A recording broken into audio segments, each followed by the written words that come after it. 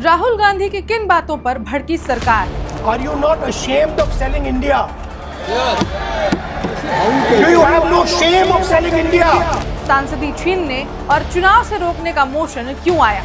Are you not ashamed of selling India? Do you have no shame of selling India?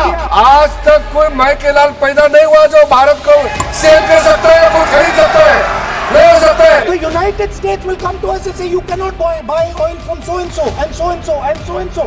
आपका कहने से क्या होगा? आप लोगों ने देश को इतना कमजोर बना के रखा है। 2014 तक हमारा देश को आप लोगों ने क्या हालत बनाया? भारतीय राजनीति में एक बार फिर टकराव अपने चरम पर है। विपक्ष के नेता राहुल गांधी के हालिया बयानों को लेकर सरकार और सत्तारूढ़ दल ने तीखी आपत्ति दर्ज कराई है।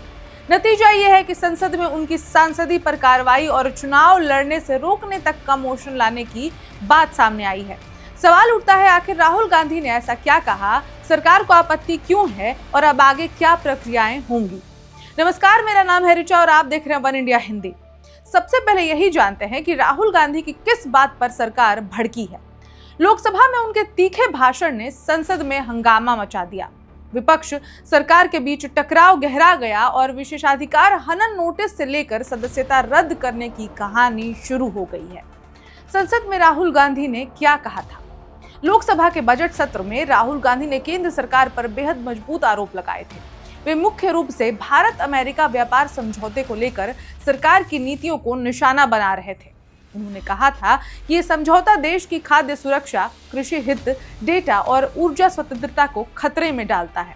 उन्होंने आरोप लगाया कि सरकार ने देश के महत्वपूर्ण हितों को कमजोर कर दिया है। उनके मुख्य बिंदु थे, अमेरिका से हुए व्यापार समझौते में भारत ने अपने हितों से समझौता किया है। भारतीय डेटा, जो इस समय दुनिया की सबसे महत्वपूर्ण संपत्ति है, उसे सुरक्षित नहीं रखा गया। कृषि और ऊर्जा सुरक्षा को कमजोर करने वाले फैसलों की आलोचना की। उन्होंने कहा कि भारत बराबरी के तौर पर नहीं बल्कि कमजोर स्थिति में समझौता कर रहा है। लेकिन सबसे ज्यादा हंगामा तब हुआ जब उन्होंने देश बेच दिया जैसे तीखे आरोप लगाए। राहुल गांधी ने संसद में कहा कि आपने भारत माता को बेच दिया है और सरकार से पूछा कि क्या उन्हें इस पर शर्म आनी चाहिए, क्या उन्हें शर्म नहीं आती। उन्होंने ये भी कहा कि भारत के फैसले अमेरिका क्यों लेगा, कि तेल किससे खरीदना है, किससे नहीं। अपने भाषण में राहुल गांधी ने एप्स्टीन फाइल्स का भी उल्लेख किया और कहा कि कुछ भारतीयों के नाम इन दस्तावेजों में आए हैं। उन्होंने कहा कि यदि ऐसा है तो जांच क्यों नहीं हो रही है, क्यों गिरफ्तार नहीं किया गया। इस पर केंद्रीय मंत्री हरदीप सिंह पुरी ने कहा कि उनके किसी भी बैठक या संपर्क का एप्स्टीन से सीधा संबंध नहीं है। सब कुछ आधिकारिक या सामान्य पेशेवर संदर्भ में था। जिसके बाद सरकार ने राहुल गांधी पर पलटवार किया।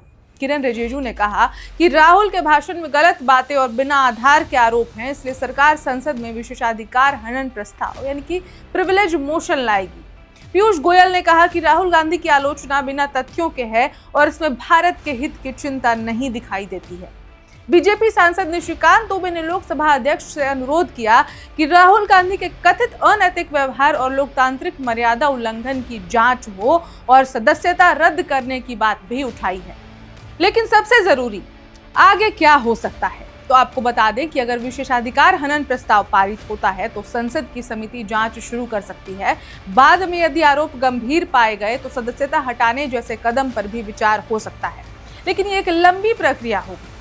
खैर, इस पूरे घटनाक्रम से ये तो साफ है कि राजनीतिक टकराव संसद के मंच पर और तेज होने वाला है, जहां बहस अब कानूनी और संवैधानिक स्तर पर भी आगे बढ़ सकती है।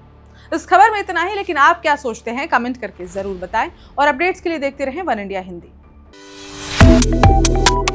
Subscribe to One India and never miss an update. Download the One India app now.